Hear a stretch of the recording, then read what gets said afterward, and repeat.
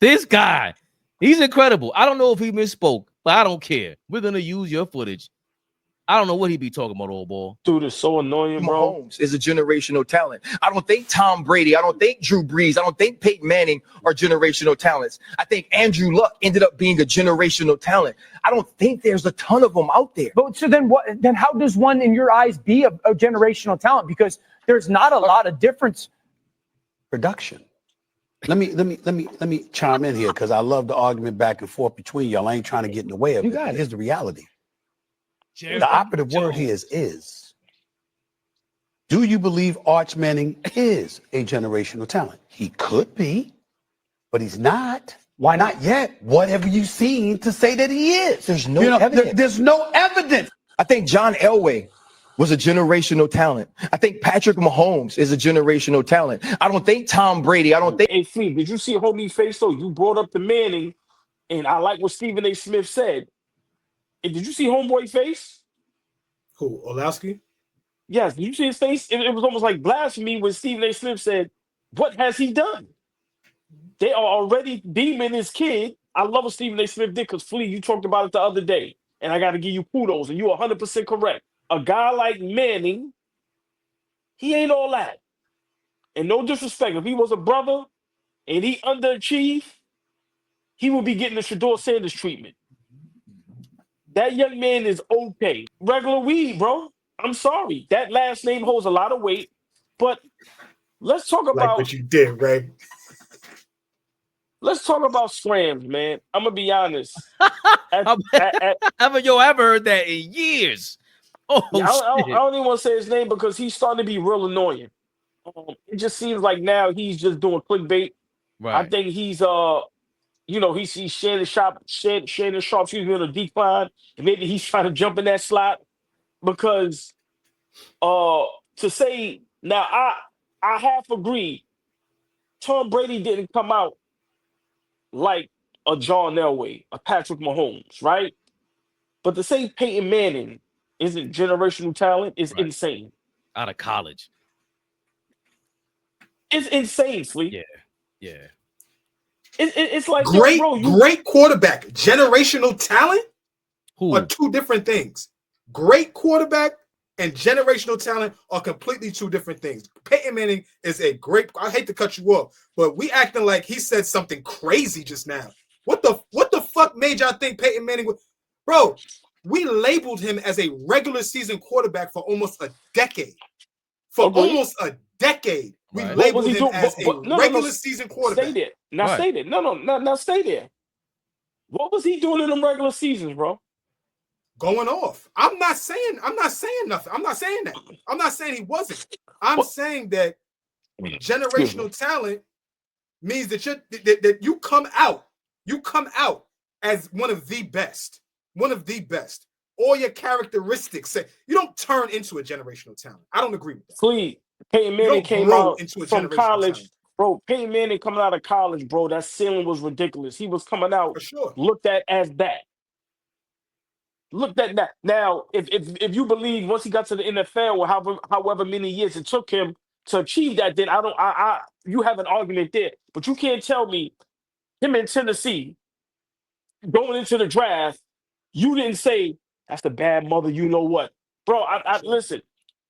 I'm just saying homie is starting to sound ridiculous every time he opens his mouth, bro. Like he really does. And it's to the point now where I want to watch that whole clip probably tomorrow because I pray and hope they wasn't saying the young Manning kid is generational talent. Is that what the conversation was? It had to be. Why else would you bring that up? Because to me, again, even with Shador, you asked me the other day, was he a starter in the NFL? And I'm like, whoa, no, I don't. Right now, he can't be. That guy, how far is he from being a starter in the NFL if he's barely a starter in college? And Flea's always saying the steps and progression. These guys need, especially with football, they need to progress differently. What is he shown to be? He wasn't even starting last year. Or it was in and out. Him and the other guy was in and out. I don't even know who the hell the other quarterback was last year. Right. Yeah, exactly. The guy from Georgia was nicer than him. These are guys, and none of them have we called generational. But Flea, I disagree with you. Peyton Manning was generational out the gate.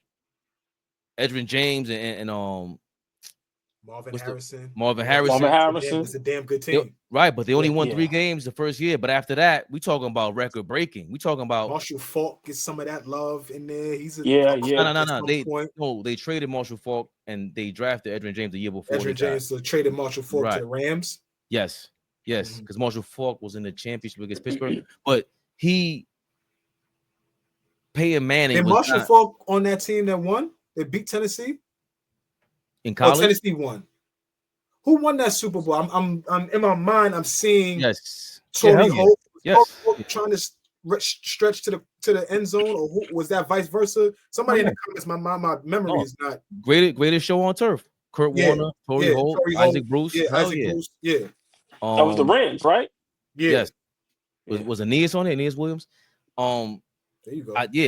Peyton Manning was. And I critique him. Like, I thought at that time, in that decade, I thought Peyton Manning, A-Rod, and LeBron suffered from the same thing where they got these super duper generational talents. And then when it's crunch time, they don't show up. That's what the knock on them was. But as far as who's better than that guy, like Eli they're like bizarre. He's the bizarro Peyton whip. Eli was kind of like mid in the regular season, but postseason, Eli was like this superstar stud, mad poise. And Peyton was the opposite. He is the epitome of when you see him second year in college and you go, oh, yeah, he got it. There, he has a command of the team, of the field, of the players, the offensive line, the play calling. Who's better than Peyton Manning at play calling and audibles and pointing at the middle? And the theater behind Peyton Manning is amazing. Overhyped. That shit is so overhyped. It is. Montana. Hey, shut the fuck up. The fuck out of here. Yo, you in hater mode. He got a commercial off that right now. 40 years later. What's wrong with you? I love that. The pop two. Yeah, I love that. Did y'all hear how Ray Lewis broke it down though? And said every time he played against Peyton Manning, all that shit was bullshit. Right. He was like just buying time, but he said whatever he called, let's say with under 6, 7, 8 seconds, that was the play. But let me ask y'all a question, because I don't think this is said enough.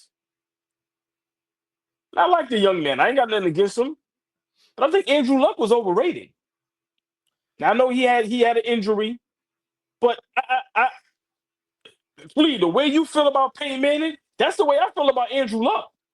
Like, people went berserk. They say he was the next Peyton Manning. I don't know what they was talking about. Maybe because of his size. And he came from Stanford. He's a smart dude. So they had this. They had this thing about he was a hell of a player at his position. Yes, but overhype is what you're saying. I totally agree. They leaned in more to, that dude is a smart guy, and he's gonna come in here and just make up for everything Peyton did. And to be honest, he didn't. Once his back went, it was over. So you can't say Andrew Luck is a generational talent and Peyton Manning isn't. That doesn't make no sense. Well, but I mean, neither was Drew Brees. San Diego got him the fuck out of there. Goodbye. So no, that's a good example of what I was going to argue. Thank you, Flea. Another one you served me up right. Boom, out the park, Dominicano style. Drew Brees tore his shoulder in San Diego, smacking him. Drew Brees tore his shoulder in San Diego. They wanted to trade him to Miami, but he ended up in New Orleans. He could have had a Damian Tomlinson. That was dumb, but they drafted what's my guy? Not my guy. I didn't care for him. He was another guy. Wait, who? Drew Brees. San Diego drafted the guy instead of Eli Manning. He has 20 kids. He got all the kids. He got why do we know him for that? Yeah, we know him for that. We said it at the same time. Phillip Rivers. But Drew Brees tore his shoulder, ended up being way better than Phillip Rivers. Drew Brees was tough. Yeah, bro. And what he lacked was size. So that's my thing. From a numbers perspective, Phillip Rivers was like, but he was a legit quarterback. He never won. Insane. Yeah, he never won. But from a numbers perspective, and having Antonio all those years, that helps. But Gates. Yeah. Phillip was nice.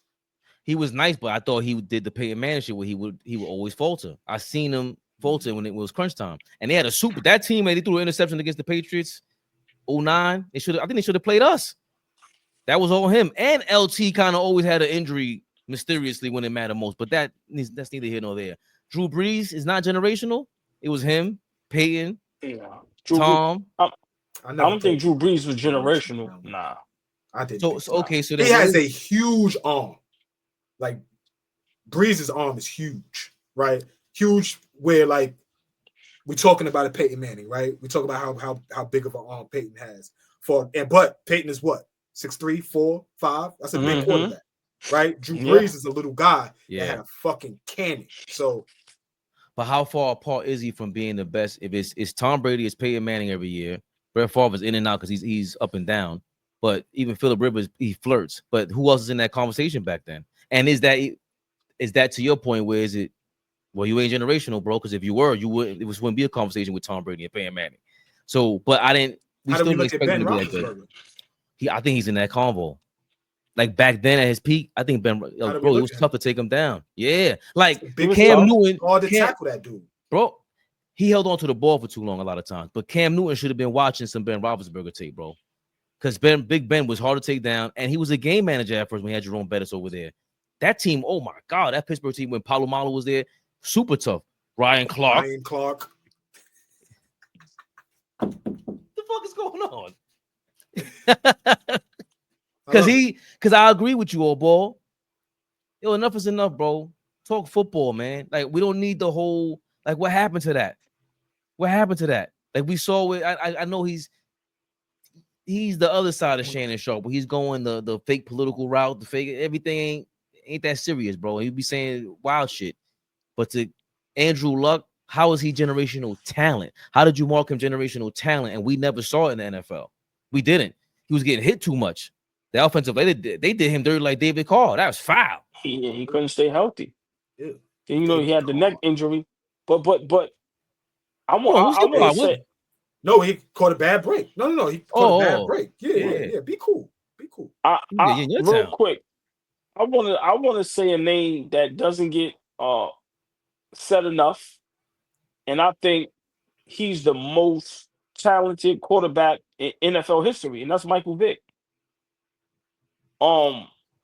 Michael Vick was a video game. When we just talk about from a talent perspective, I'm not talking about the X's and O's.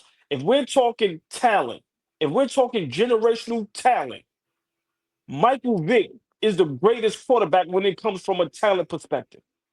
And that's a name that I don't understand how he doesn't get mentioned I'm not talking about wins and losses. I'm not talking about Super Bowls.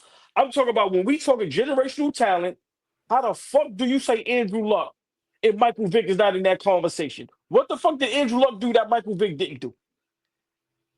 He was a movie, and we can talk wins and losses. He had the first victory in Lambeau Field in like 60 years. His record in the playoffs was like, it was a crazy record before he lost to the Eagles that year. And they lost like, 13-6. Bro, Michael Vick, they were winning. He was must-see TV, bro. Are you kidding me? But they were winning, AllBall. This is what I'm saying. No. They were winning without him being a game manager. That's the crazy part. See, the fact that he was a mobile quarterback, right? That's cool, right? Cool. You fast. You probably as fast as some of these running backs, some of these safeties, right? What did Michael Vick run in the combine in the 40? I would like to know what that was. But my point is that, yeah, he revolutionized that position. Mike Vick could fling that shit too, though. It wasn't like he couldn't fling that shit. He could fling that bitch. Come on, bro. Nigga throw 70 yarders on these niggas, man. Bombs. Boom. They said it was 40 was 4.33. His time has been clocked as low as 4.25, the fastest ever for NFL quarterback. Let's just say 4.3. He ran 4.3 as a quarterback. Please, he was Randall Cunningham on steroids, bro. Right. And Randall's a bigger, right? Right. Vick was smaller. Yeah, Randall. So how do you those are two guys that in this era, that's why I hate when people talk.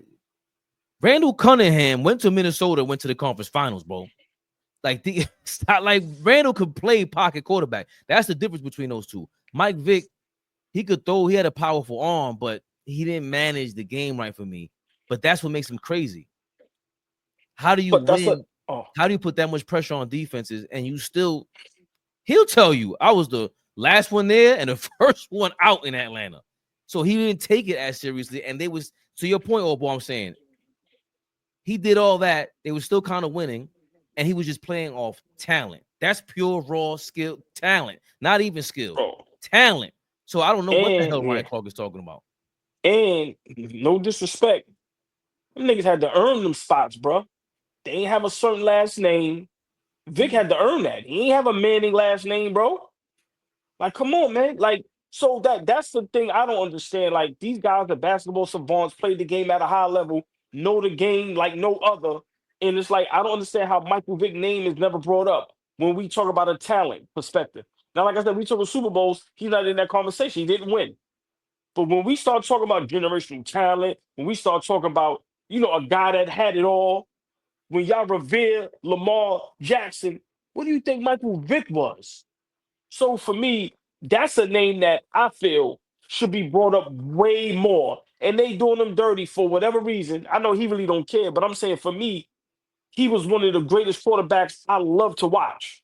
When Michael Vick was on TV, you are glued to the TV. I'm sorry. He was must-see TV. So Ryan Clark, man, it's just another opportunity you had to like bring up a name to really have a football conversation.